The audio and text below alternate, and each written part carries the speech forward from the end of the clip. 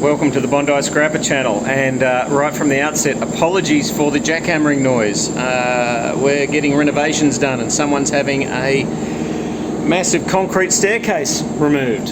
I can't avoid it.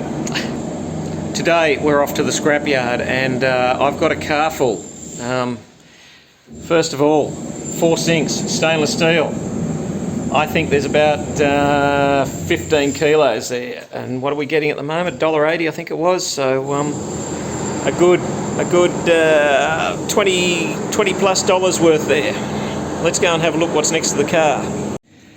First of all, there's the steel, and there's not a lot of weight there, but I just want to get the mass, the bulk out of the workshop. I think there's probably only about 20 kilos there. And what are we on at the moment? 20 cents a kilo, so that'll more or less just pay for the petrol going to and from. And there's this thing that I picked up on the way home from training today. So that's got a little bit of weight in it too, but only a few kilos. Probably, what do we got? This box has got some irony aluminium. Again, it's not going to be big bucks. There's only about 3 or 4, maybe 5 kilos there. But again, just to get rid of it. I've got some electric motors. I think they're about $1 a kilo at the moment. And I have got a good, I would think, 25 kilos there. So there's $25. And this is going to be the money spinner for today, I think, because there's only so much I can fit in the car. Low grade, insulated, copper wire. Do you like the way I'm yelling? Oh my God, I wish you'd shut up. And I would estimate that I've got a good 60 to 80 kilos there. So $3 a kilo, $240, I guess. And I'm going to get that packed in the car, and then I'll just show you just how much you can cram into a Skoda Octavia sedan. And if you don't know what a Skoda Octavia is, it's a Volkswagen Golf with a bigger boot and made in Czechoslovakia. Anyway, let's get this car loaded, and oh, thank God he stopped. Anyways, you got to get the work done, don't you? Well, he's still jackhammering away upstairs, and I might have to do a voiceover for this one. We'll see how it turns out, but as we can see, there's the electric motors. I had to put them into a smaller container. There's the low-grade insulated copper wire. There's more low-grade insulated copper wire, more in that one down there. The 2 microwaves are just here. There's an electric motor there. There's another electric motor just there. There's a bit of shred steel and stuff that is, as you can see, big, bulky and full of air. The 4 sinks stacked on top of each other, they just really don't stack well. They take up space. Irony aluminium in there, and last but not least, about all I could do with copper is I decided to cash in all my what I call second grade copper, which is the stuff with all the solder and the paint and the glue and the stuff like that. There's 3 kilos there, and that's sitting on the front seat, so it's not much, but it gets it out of the room. And thank goodness I have got quite a lot more of clean copper. But anyway, I'm going off to the scrapyard, and at the end we'll have a look and see how much we got for all this.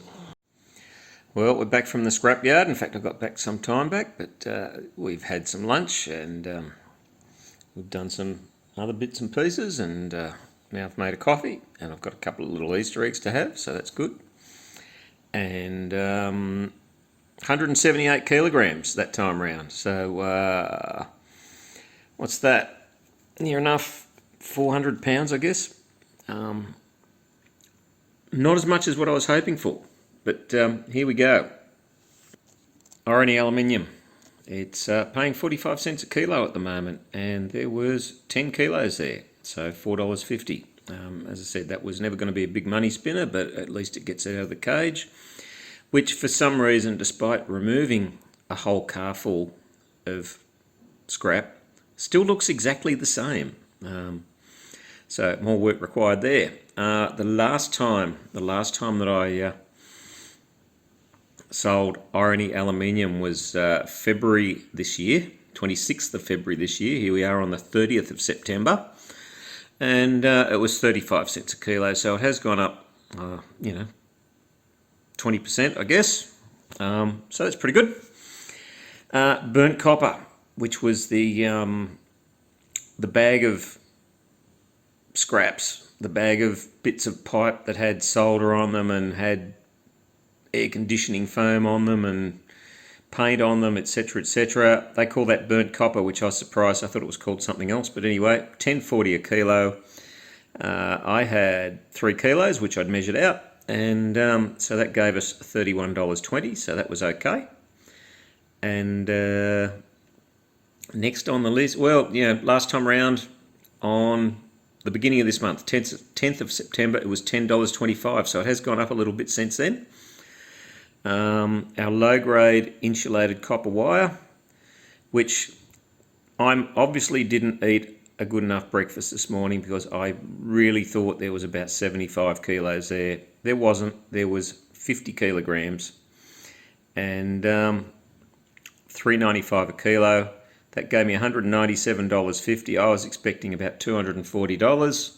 So there you go. Eat a good breakfast. That's why I should have had porridge this morning and not toast. And last time round, on the 9th of June 2021, it was $3.85. So not a lot of change there. Electric motors. I can't think of the last time I took an electric motor in, so I don't have a price comparison. But I did have 29 kilograms and 95 cents a kilo. So that gave me $27.55. Next on the list was our shred steel. For some reason they're calling it this time around heavy melt steel shreddable. And that's fine by me if that gives me a little bit of extra money. $230 a tonne.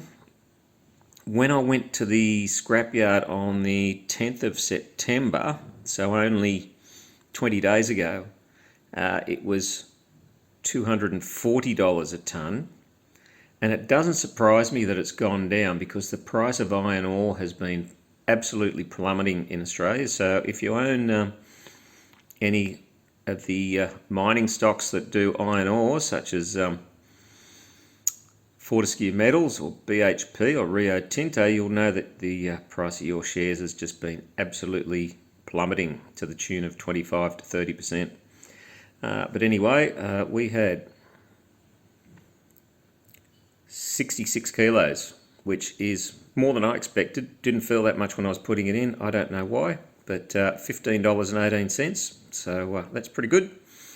And finally, our stainless steel kitchen sinks, $1.85 a kilo, just like they were 20 days ago. So they're a pretty stable price-wise. There was 20 kilograms, and that gave me $37. So $37 for 4 sinks is, on average, about $8.50 per sink. And that's pretty good too. So all in all, a pretty good day at the scrap metal yard. And I've got another load downstairs to take, so I'll take that next week probably, and it'll be different again. Hopefully it'll be some aluminium and some brass and some